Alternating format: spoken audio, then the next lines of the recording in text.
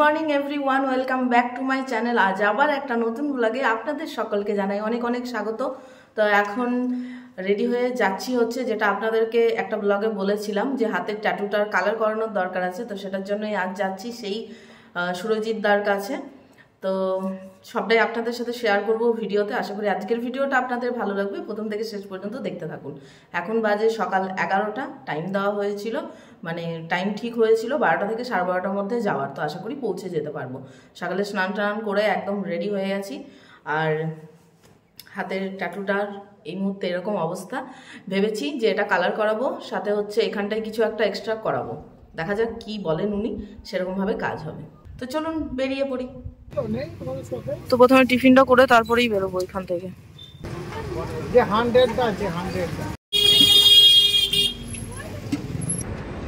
তো আমরা এই মাত্র পৌঁছালাম। দাঁড়ান, আমরা এই মাত্র ওই কটা বাজে গো, একটা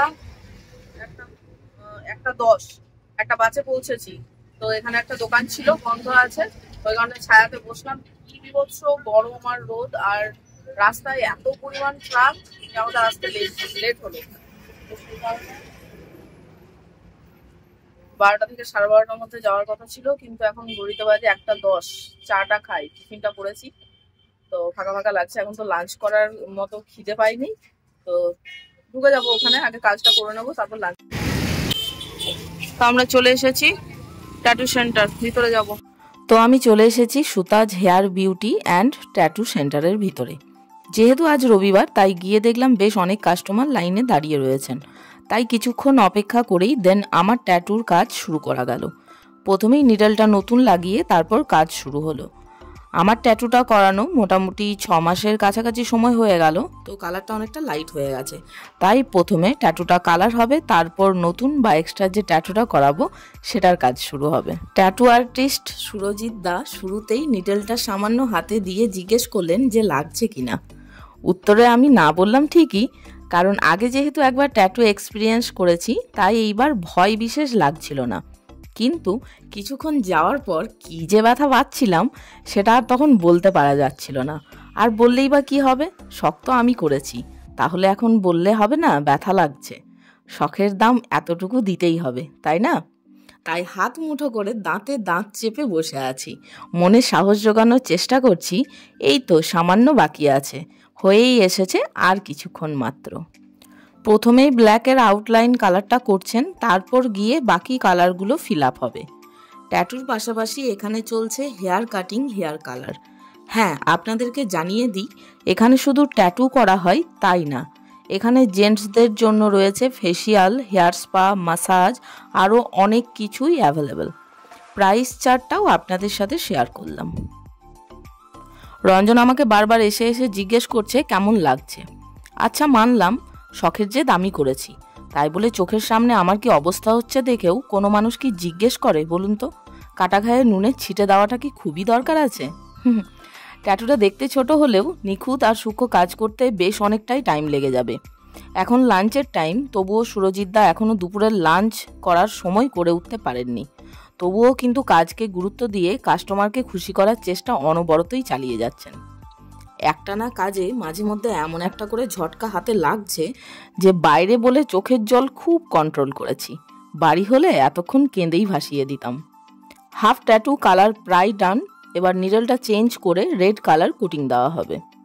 অনেকেরই ট্যাটু নিয়ে একটা ধারণা থাকে, বা ভুল ধারণাই বলতে পারি, ঠিক যেমনটা আমার ছিল, যে স্কিনের কোনো প্রবলেম হয় বা যাদের অ্যালার্জির সমস্যা রয়েছে তাদের জন্য বলে রাখি, এখানে ট্যাটু করার আগে সব জিজ্ঞেস করে নেওয়া হয়, এবং কালার যে আপনার স্কিনে শ্যুট হবে সেটা দেখার জন্য আগে টেস্ট করে নিয়ে তবেই ট্যাটু বানানো হয়। তো নির্দ্বিধায় ইচ্ছে থাকলে ট্যাটু বানাতে পারেন।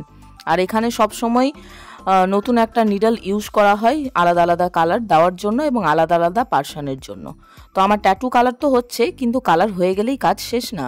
ভিডিও শুরুতেই আপনাদেরকে বলেছি যে নতুন কিছু ট্যাটু আমি আজকে বানাবো, তো দেখতে থাকুন শেষ পর্যন্ত। আগামী দিনে আমার আরও কিছু ট্যাটু করানোর ইচ্ছে রয়েছে। ব্যথা পেলেও নতুন কিছু ট্রাই করাতে আমার বেশ ভালোই লাগে। আপনাদের ভালো ভালো কমেন্ট পেলে খুব তাড়াতাড়ি আবার এখানে আসবো, কথা দিচ্ছি। তবে হ্যাঁ, সুরজিৎ দাকে অনেক ধন্যবাদ জানাচ্ছি, কারণ আজ এত চাপ থাকার সত্ত্বেও আমি যেহেতু বলেছিলাম আমার রবিবার ছাড়া টাইমটা হবেই না, আর ঠিক বেলা 1টার মধ্যে আমি যাব, তো আমার টাইম মতো কাজটা উনি করে দিতে রাজি হয়েছেন, তার জন্য অনেক ধন্যবাদ। রঞ্জনকে বলছি যে প্লিজ একবার চেয়ারটাই বসো আর তোমার নামের প্রথম অক্ষরটা লেখাও, বেশি কিচ্ছু করতে হবে না, তবেই তুমি আমার কষ্টটা ফিল করতে পারবে। কারণ তুমি এই নিডলটা তোমার হাতে যতক্ষণ না বসবে ততক্ষণ তুমি বুঝতেই পারবে না ঠিক আমার কতটা কষ্ট হচ্ছে। দেখে তো এটা বোঝাই যাবে না, বলেও বোঝানো যাবে না। একবার বসলে তবেই আমাকে দেখে হাসাহাসিটা ওর বন্ধ হবে। যদিও রঞ্জনের আমার মতো কোনোই ইচ্ছে নেই, আর ওর মাথায় এসবের ভূতও কোনোদিন চাপে না। যখন আমি বাড়ি থেকে বেরিয়েছিলাম তখন মাথার মধ্যে ছিল যে ওখানে গিয়ে হয়তো গান শুনবো, তার জন্য ইয়ারপডটা ব্যাগের মধ্যে নিয়ে গেছিলাম। মাইন্ডটা একটু ডাইভার্ট হবে, আর কিছুই না, ভয় লাগবে না, কিন্তু সময়টাও কেটে যাবে আর ব্যথাটা অতটা ফিল করতে পারবো না। কিন্তু ওখানে গিয়ে তারপর যখন ট্যাটু করাতে চেয়ারে বসেছি তখন ওগুলো মাথা থেকে সব বেরিয়ে গেছে। ইচ্ছেই করছে না মোবাইলটা হাতে নিতে, ক্যামেরাটা জাস্ট রঞ্জন করছে বলেই আর একটা টাইম শুধুমাত্র আমি হাতে ক্যামেরা নিয়েছিলাম। যদিও শেষের দিকে কাজ প্রায়, সাদার আউটলাইনটা করে দেওয়া হচ্ছে, রেড ব্ল্যাকের কাজ প্রায় শেষ। এবার হচ্ছে নতুন যে ট্যাটুটা বানাবো বলেছি সেটার ব্যাপারে আমার সাহসটা বুঝতে পারছেন তো। ওটা বানানোর পর তারপর সুরজিৎ দাকে বললাম যে এখানে একটা কিছু বানিয়ে দিন, আমি বলছি সেরকম। তো উনি যথারীতি আমাকে অনেকগুলো মডেল দেখালেন যে এটা কোনটা ভালো লাগবে। তো চুজ করছি, ভাবনা চিন্তার মধ্যে আছি, একটু ভাবতে হবে কোনটা ভালো লাগবে, প্লাস কম সময়ের মধ্যে হবে, কম ব্যথা সহ্য করব। তো এটা দেখুন কালারটা দারুণ হয়েছে না, নতুন কালার। আর এই হার্ট সাইনটা এটা করাবো, তো এটা আশা করছি ভালোই লাগবে, কালারটা ভালোই আসবে। ব্ল্যাকের মধ্যে রাখবো ভাবছি, আর সাথে দেখা যাক কি উনি করে দেন এক্সট্রা কালার। তো দেখি, এবার কিন্তু আমার বেশ আনন্দই লাগছে, কেননা একটা নতুন ট্যাটু হাতের মধ্যে নিয়ে বাড়ি যাব। যদিও বাবার কাছে বকুনিটা খাবোই সেটা নিশ্চিত, কারণ গতবার যখন করে গেছিলাম তখনও বাবা খুব বকেছিল, আর এবার তো বকবেই। তো এবার ক্যামেরা বন্দি করব যে বাবা কি বলে। তো ফাইনালি হার্ট সাইনটা করা হচ্ছে, ব্ল্যাকের আউটলাইন হবে, তারপর হালকা করে রেড কালার স্ট্র্যাপ করা হবে। তো এটাই কথা হয়েছে, বেশিক্ষণ টাইম লাগবে না, মিনিট 15-র ব্যাপার। এতক্ষণ যতক্ষণ বসতে পেরেছি তখন এটা সহ্য করে নেওয়া কোনো ব্যাপারই না, এইটুকু তো কাজ মাত্র। আমার নতুন ট্যাটু রেডি হয়ে গেছে, দেখুন তো কেমন লাগছে। আমার তো বেশ দারুণ লাগছে, যে গ্যাপটা ছিল সেটাও ফিল হয়ে গেছে, আর ট্যাটুটা যে ফেড হয়ে গেছিলো কালারটা সেটাও একদম নিউ ট্যাটু হয়ে গেছে। নতুন বছরে নতুন ট্যাটু ট্রাই করলাম। অবশ্যই আপনারা কমেন্টে জানাবেন কেমন হয়েছে ট্যাটুটা, আপনাদেরকে ভালোভাবে দেখাচ্ছি বিভিন্ন ক্যামেরা অ্যাঙ্গেল থেকে। তো আমার তো বেশ ভালো লাগছে, ব্যথার মধ্যেও একটা আনন্দ রয়েছে যে নতুন হাতে একটা ট্যাটু পেয়েছি। সামনে সরস্বতী পুজো, সেটা যখনই নতুন কিছু ড্রেস পরবো ট্যাটুটা বারবার হাত তুলে তুলে দেখাবো, এটা হচ্ছে ব্যাপার। তো শো অফ করাটা তো জরুরি যখন ট্যাটুটা বানিয়েছি। তো দুটো ফটো তুলে নিয়ে তারপর ওখানে যেরকমভাবে র্যাপ করা হয় সেরকম, যাতে হাতে ধুলো বালি ময়লা কিছু না লাগে। নতুন এখন যেহেতু বানানো হয়েছে, বাড়ি আসবে এতটা রাস্তা, সেই কারণে র্যাপ করে দেওয়া হচ্ছে। 2 ঘন্টা পর র্যাপটা আবার খুলে দেওয়া হবে, আর বাড়ি গিয়ে আমাকে জেলটা ইউজ করতে হবে, যে জেলটা বলে দেওয়া হয়েছে। গতবার যেমনটা করেছিলাম ঠিক সেরকমই নিয়ম। তো চলুন, এখন প্রায় 3টে বাজতে যায়, অনেকটা সময় হলো, তো এখান থেকে বেরিয়ে যাই। আর সুরজিৎ দাকেও আবার একবার জানাই ধন্যবাদ, আর টাটা করে এখান থেকে বিদায় নিচ্ছি। আর হ্যাঁ, আপনাদেরকে জানিয়ে রাখি, আমার ট্যাটুর যেহেতু কালারটা ফেড হয়ে গেছিলো, তাই এবার ট্যাটুটা কালার করার জন্য এক্সট্রা কোনো চার্জ লাগেনি। তো ট্যাটু হয়ে গেছে, সাউন্ডটা আসবে না, আশা করি আসবে। তো ট্যাটুটা কমপ্লিট হয়ে গেছে, এক্সট্রা যে কাজটা ছিল সেটাও করিয়ে নিয়েছি। কটা টাইম হলো দেখি, 2:51, 3টে বেজে আছে, জানি আমরা বেরিয়ে গেলাম, 3টে বেজে গেছে, আর লেট করলাম না। মাসির বাড়ি থেকে যাওয়া হলো, কিন্তু সময় নেই, অনেকটা লেট হয়ে গেছে, 3টে যেহেতু বাজে, সেই কারণে গেলে আবার ওখানে ঘন্টা খানেকের ব্যাপার। মাসি মেশমশাই তো ছাড়বে না এত তাড়াতাড়ি, খেয়ে যা, এই কর ওই কর, সেই কারণে গেলাম না। আর হাতটা এরকম ভাবে জ্যাকেটটা ছিল ঢাকা রেখেছি, কারণ এমনি ব্যথা আছে, ব্যথা তো থাকবেই। তো দেখি এখান থেকে কোথায় যাই, দেখতে থাকুন। রাস্তায় শুধু ট্রাক আর ট্রাক, আসার সময়ও তাই, ব্যাক টু ব্যাক পরপর ট্রাক জ্যাম, শুধু এই এখনো তাই। দুপুরবেলা এখন ভিড়টা আরো বেশি বাড়বে। তো আমরা এখন চলে এসেছি সিউড়ি, আমাদের সদর শহর। এই যে জয়গুরু শ্রীগুরু ভোজনেশু, দেখি কি খাওয়া যায়। খিদে সেরকম নেই, হালকার মধ্যে কিছু টিফিন করবো ভাবছি।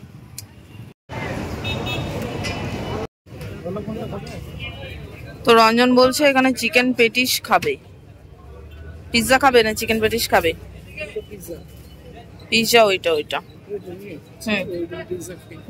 এখানে ডোনাট আছে, ওগুলো অবশ্য ইয়ার মিষ্টির মধ্যে, হ্যাঁ ডেজার্টের মধ্যে। কেকও পাওয়া যাচ্ছে।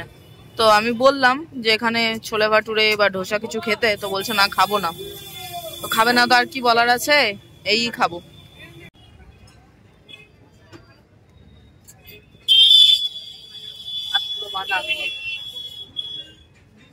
চলো সন্ধ্যা হয়ে যাবে, বাড়ি যেতে হবে, অর্ডারটা করো। চশমা খাবো, চশমা। আরে চিকেন প্যাটিস খাবো তো, চিকেন প্যাটিসটাই বলো। গরম গরম বেশ ভালো লাগে, আমার বিশেষ খিদে নেই কেন জানি না, বাইরে গেলে যেন খিদেটা চলে যায় কোথায়, এটা হচ্ছে ব্যাপার। হাতটার মধ্যে কি ব্যথা করছে। তাহলে চিকেন প্যাটিস নাও আর কেক নেবে? কেকের স্লাইস কত করে? এগুলো ভালো, চকলেট হবে না, ডোনাট খাবো, ডোনাট খুব ভালো। আর নিচে রয়েছে সুন্দর সুন্দর কেক ভ্যারাইটিস, এই যে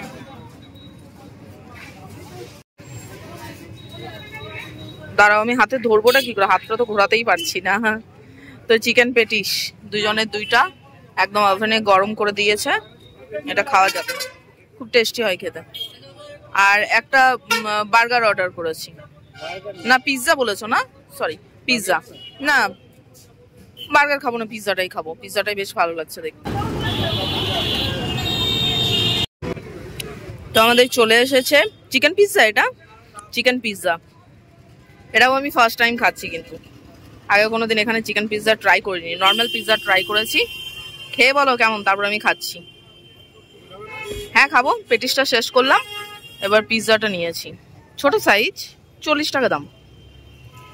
কি ভালো খেতে, টেস্ট আছে।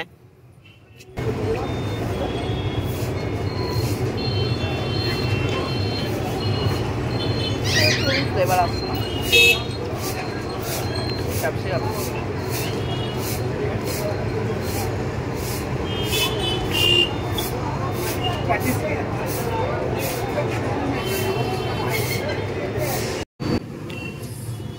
বাড়ি যাওয়ার আগে এক কাপ তো চা বাইরে খেয়ে যেতেই হবে, শুরুটাও চা দিয়ে শেষটাও চা দিয়ে, এই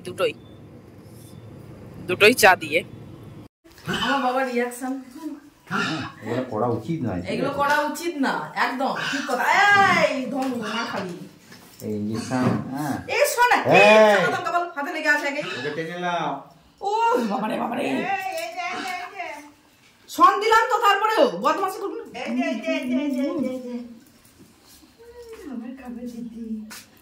আরে আমি আগে ওইটা নিই তো, আর একবার নামানো থাকবে, নরমাল রাখো, নরমাল রাখো, একদম কিচ্ছু হবে না, আমি দিই না এখনো। আবার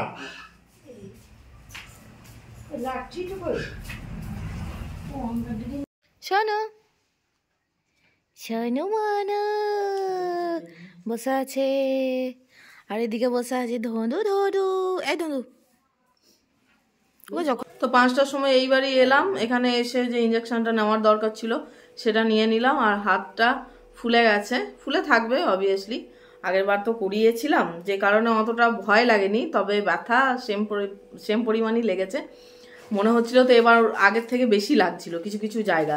আর এক্সট্রা যেটা এখানে একটা করিয়েছি হার্ট, তো এখন কালারটা ঠিক বোঝা যাচ্ছে না, তবে কালারটা এবার অন্য ইউজ করা হয়েছে। আসলে আমার স্কিন কালার মানে স্কিনের জন্য এটা নাকি হচ্ছে না, উনি যেটা বললেন দাদা, যে স্কিনের জন্য এটা হচ্ছে না, অনেকেরই হয়ে থাকে, বেশিরভাগ জনের না, কিছু কিছু মানুষ থাকে তাই না, যাদের হয়, মোটামুটি 100-তে 5 জন বলা যায়, তো তাদের মধ্যে আমিও পড়ছি, যে কারণে কালারটা থাকছে না। এবার দেখা যাক এটা থাকে কতদিন, বা আদৌ থাকে কিনা, না থাকলে আর কিছু করার নেই, তাহলে জানতে হবে যে আমার জন্য ট্যাটু না, ট্যাটুর কালার আমার থাকবে না।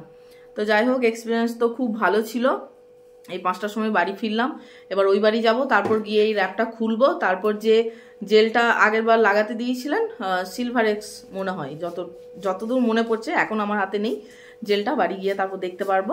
তো ওই জেলটা ইউজ করতে হবে, আর যা যা নিয়ম আছে আগের বারের মতো এবারও ফলো করতে হবে, আর বিশেষ কিছু না, এখন ছোটো জগন্নাথ 3-4 দিনের জন্য, আর কিছু করার নেই। তো চলুন, ব্লগটা কেমন লেগেছে অবশ্যই কমেন্টে জানাবেন। ভালো লাগে একটা লাইক করবেন।